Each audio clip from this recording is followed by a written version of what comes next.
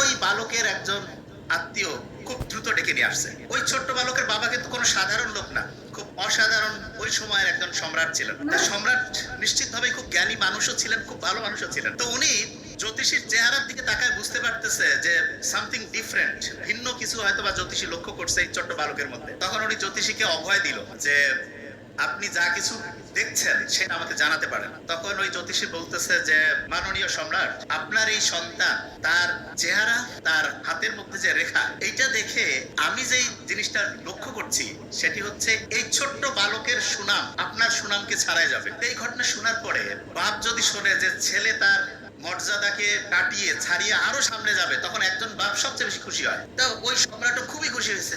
খুশি হওয়ার পরে সেই জ্যোতিষীকে বলছেন যে আপনি কি চান। তা জ্যোতিষী বলছে যে আমি যেটা ভবিষ্যৎ দেখতে পাচ্ছি সেটা যদি সত্যি হয়, এটাই হবে আমার জীবনের সবচেয়ে বড় চাওয়া। তারপরেও সম্রাট তো কিছু দিব না, এটা কেমন হয়। তা বলছে ঠিক আছে, আপনার কোনো যদি সাজেশন থাকে বলেন একটু। তখন ওই জ্যোতিষী সম্রাটকে কয়েকটা সাজেশন দিয়েছে, কয়েকটা বুদ্ধি দিয়েছে। এই বুদ্ধিগুলোর মধ্যে একটা বুদ্ধি ছিল যে এই ছোট্ট বালক কিন্তু সাধারণ কোনো বালক না, একে সবসময় আপনি আপনার আশেপাশে রাখবেন। তা সম্রাট চিন্তা করছে ওই সময়ের সবচেয়ে শ্রেষ্ঠ জ্যোতিষী যেহেতু এই পরামর্শ দিয়েছে, তাহলে আমার ছোট্ট শিশুকে আমার সাথেই রাখতে হবে। ছোট্ট শিশুর বয়স 8 থেকে 10, সবসময় সম্রাটের পাশেই থাকে। একবার হলো কি, ওই সময়ের সবচেয়ে শ্রেষ্ঠ ধনাঢ্য ব্যবসায়ী ওই সময়ের যে, উনি হচ্ছে ওই সম্রাটকে হচ্ছে ভিজিট করতে আসছে। তা যেটা হয়, একজন সম্রাটের সাথে কেউ যখন দেখা করতে যায় তখন নিশ্চিতভাবে কোনো উপহার নিয়ে যায়। তো ওই সময়ের সবচেয়ে শ্রেষ্ঠ যিনি হচ্ছেন ব্যবসায়ী, উনি ওই সময়ের সবচেয়ে শক্তিশালী, সবচেয়ে আকর্ষণীয় একটা ঘোড়া নিয়ে আসছে।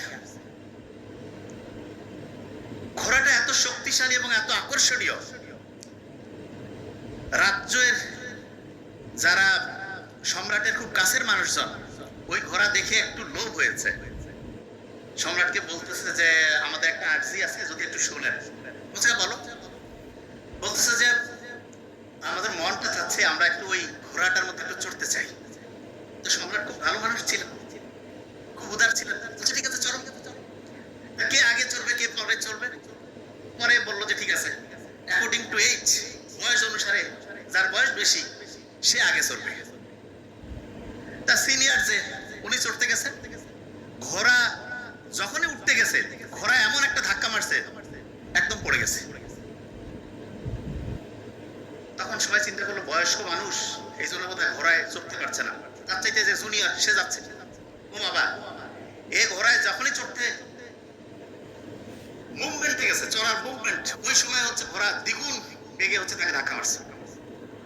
সবাই তো মহা চিন্তায় পড়ে গেল, এত আকর্ষণীয় ঘোড়া, আমাদের জীবনে চড়ার যে ইচ্ছা এটা কি পূরণ হবে না। এইরকম করে 8-10 জন চেষ্টা করছে, প্রত্যেকেই ঘোড়ায় চড়ার অ্যাটেম্প নিছে, ঘোড়া ধাক্কা মেরে ফেলে দিছে। ওই যে সবচাইতে ধনী মানুষ যে ওই ঘোড়া নিয়ে আসছে, উনিও একটু বিব্রত যে কি হইলো হঠাৎ করে ঘোড়া, যে ঘোড়ায় কেউ চড়তেই পারছে না। তখন ওই ছোট্ট বালক তার বাবাকে বলছে বাবা আমি ঘোড়ায় চড়বো। সবাই বলছে না না, মহামান্য সম্রাট, আপনার এই আমাদের এইটা ভবিষ্যৎ, একে এই ঘোড়ায় চড়তে দেওয়া যাবে না, ফেলাই ফেলবে। তো বলছে খুব করে ধরে যে না বাবা আমাকে একটু চড়ার সুযোগ দিতে হবে, আমি চড়বো।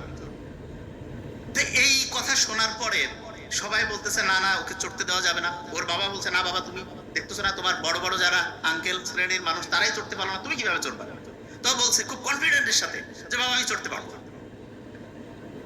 তখন সবাই সিকিউট, মানে আলাদা হচ্ছে, যদি ধাক্কা মেরে দেয় সবাই জাল ধরে বসে আছে যে ওই ছোট্ট বালককে হচ্ছে চড়তে গেলেই তো ধাক্কা মারবে, সে ওইখানে যাতে পড়ে।